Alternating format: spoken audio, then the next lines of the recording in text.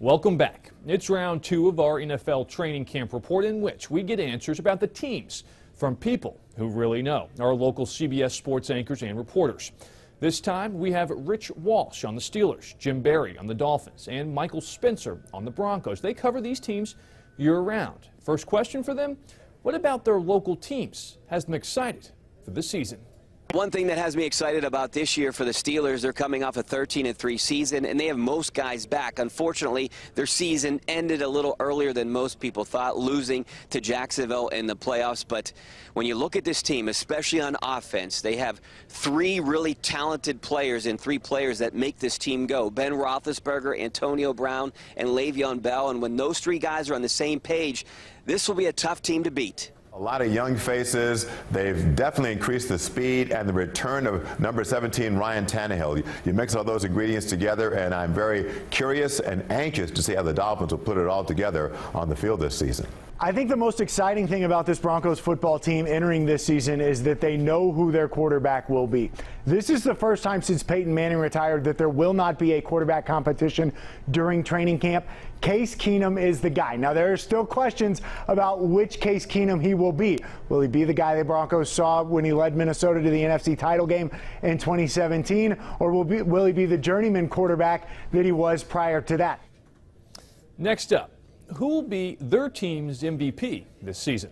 You have to look at one of 3 guys: Ben Roethlisberger, Antonio Brown, and Le'Veon Bell. Any one of those guys could be the team's MVP, maybe all 3 of those guys. The Dolphins MVP, I predict, will be running back Kenyon Drake. We got a glimpse of what this guy could do the last 6 games of last season. I think he is a star in the making. He has a quick burst, and once he gets and sees some daylight, you're not going to catch him. Plus, I think the Dolphins will utilize him as a weapon coming out of the backfield. This is kind of an obvious one for the Broncos, but it's Von Miller. He has to be the most valuable player. There's talks about 30 sacks in a season.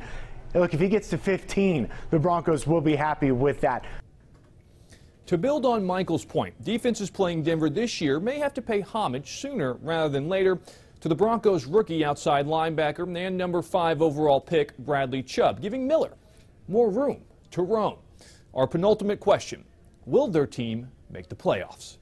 Not only will they make the playoffs, but I predict this team to win the Super Bowl. They're one of the odds-on favorites to win the Super Bowl this year, and I think this is the year they do it. The Dolphins will make the playoffs if 10 wins is good enough. I don't see the Dolphins winning more than 10 games. Many people don't see them winning 8 games, but I think the Dolphins are going to surprise some folks, go 10-6. If that record gets them in the playoffs, then yes, they'll be in the postseason. This is a team that's coming off a 5-11 season, one of the worst in franchise history. They had an 8-game losing streak. For them to be back above 500 and be back in the playoffs, I think, is the expectation and really the mandate for the Broncos. Every single reporter has their team making the playoffs. We are going to save the tape. Finally, their picks to win the AFC. Well, it's hard to pick against New England. They seem to always be the favorites in the AFC, but I think the Steelers are right there, and I think eventually they're going to beat the New England Patriots, and I think it will be this year. Tough question, because the Patriots are still going to be there, the Steelers. My pick is going to be the Jacksonville Jaguars, because they knocked on the door last year. I think they're going to come back very hungry. They got a great defense that can hold you down anywhere. So I think that team in North Florida is going to be the best team in the AFC. The team in South Florida, I think, is going to still surprise some folks. Far be it from me to pick anybody besides the New England Patriots to come out of the AFC. Until somebody proves that they can knock off Tom Brady and company, I'm not going to pick against them. Be sure and check out our other video covering the Eagles, Pats, Vikings, and Cowboys. And believe it or not, the first preseason football game of the year is this week. Matt Uris for CBS Local Sports.